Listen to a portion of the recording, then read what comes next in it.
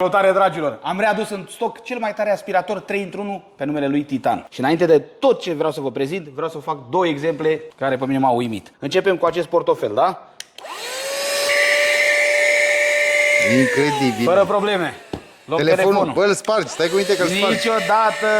Uite că îl pun deasupra asfaltului, da? Fără probleme. Mamă, dar ce puternic Deci e, dacă a putut să trag astea două, gândiți-vă că gunoiul îi stă în față și nu doar gunoiul. Avem 6 accesorii, da? Avem periuțe, avem asta pentru că el nu doar trage și suflă, da? Ca Cum să ne și înțelegem. suflă? Deci pe partea asta absorbe tot și pe partea asta suflă, poți să umfli baloane, poți să umfli mingi de plajă, Saltele, ce vrei tu? saltele, orice îți Băi, gândești ce ce trece tare pe cap. e ăsta, mă. Și hai să vedem acum despre el, da? Vine cu acumulator, încărcător, 6 accesorii, filtru, Mamă, e tare, tare, tare. cel mai tare preț Dar în foarte România. puternic ăsta în mașină, birou, canapele, rupe tot. E bun de birou, e bun de mașină, e bun de casă, e bun de orice îți dorești tu. Și dacă și ție îți place și dumneavoastră vă place, tot ce trebuie să faceți e să apăsați butonul ăla de mai jos și intrați și voi în posesia lor.